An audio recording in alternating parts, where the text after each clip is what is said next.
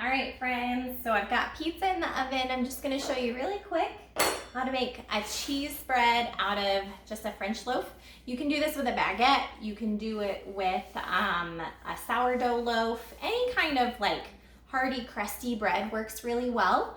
All you're gonna do, very carefully, if you need help with a knife, make sure you ask an adult. But all you're gonna do is you're gonna come right down the middle of this bread and cut it in half, okay? So like I said, if you need some help from an adult, make sure that you ask. I don't want anyone to get cut.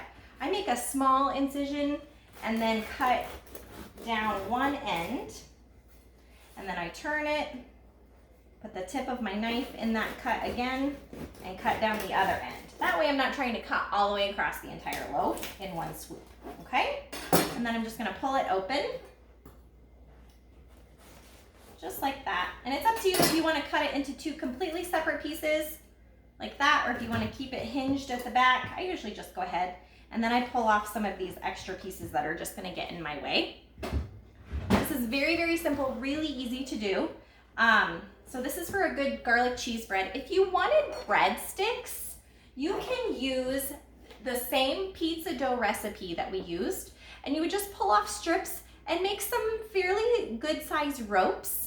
And after you've baked those for like 10-15 minutes, brush them lightly with either olive oil or butter, and you can sprinkle on some garlic powder, some Parmesan cheese, and they bake up perfect. But we really like this because it gives us a slightly different texture than our pizza crust.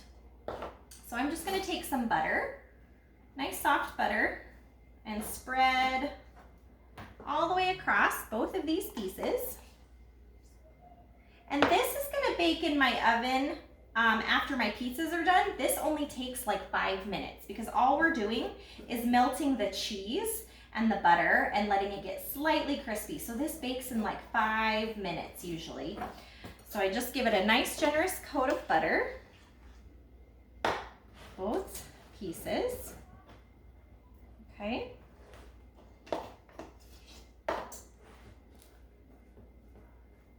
When that butter melts down and gets nice and saturated in the oven, oh, it's so good. All right, so we're just gonna spread that all over, just like that, okay?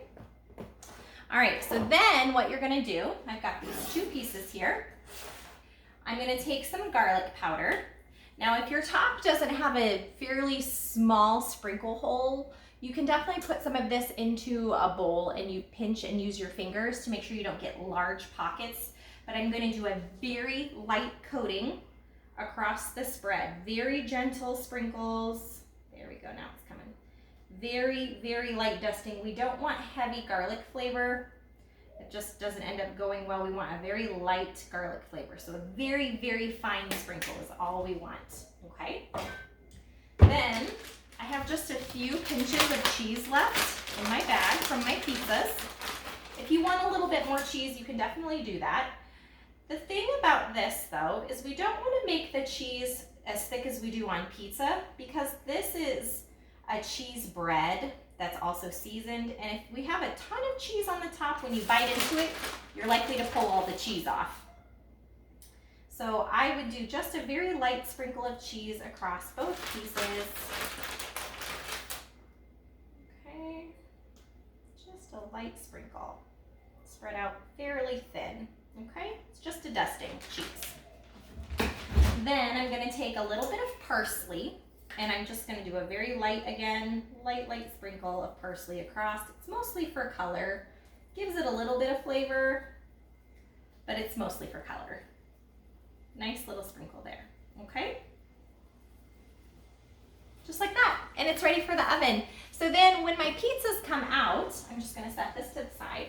When my pizzas come out, I'm going to put those into the oven. I'm gonna drop the oven temperature to 400. It's currently at 450. I'm gonna drop it to 400. Put those into the oven for about 5 minutes, just on the rack as they are. You don't need a pan.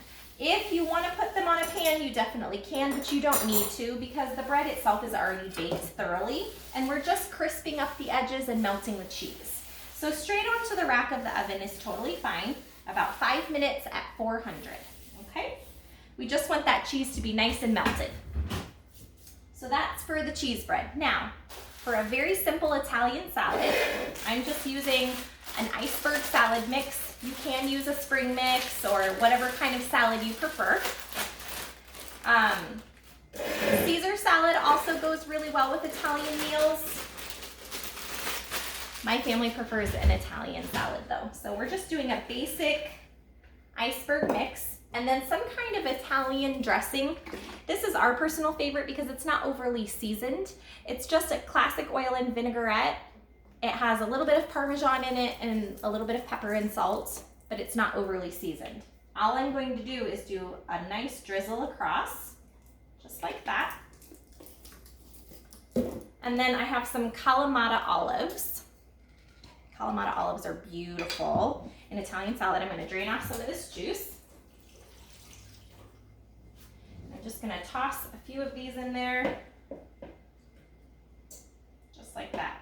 You can definitely add cheese if you want, but because there's so much cheese in the pizza and the bread, I'm not going to do that today. And then I'm just going to use some tongs. I'm just going to toss this to make sure that that dressing is coating all of the lettuce and the olives kind of disperse throughout, okay? You could definitely add cheese if you want. You could add croutons if you like croutons.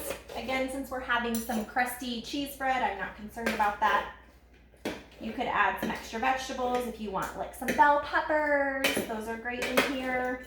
A little bit of onion, whatever your preference is. This is just a very simple salad that my family enjoys, and it complements the flavor of the pizza really well. So that's it. You've got your pizza, your cheese bread, and your salad. A nice complete meal for your family. Feel free to send me a message if you have any questions, post in the classroom. I'm happy to help in any way I can. Enjoy your dinner. Hope it turns out great.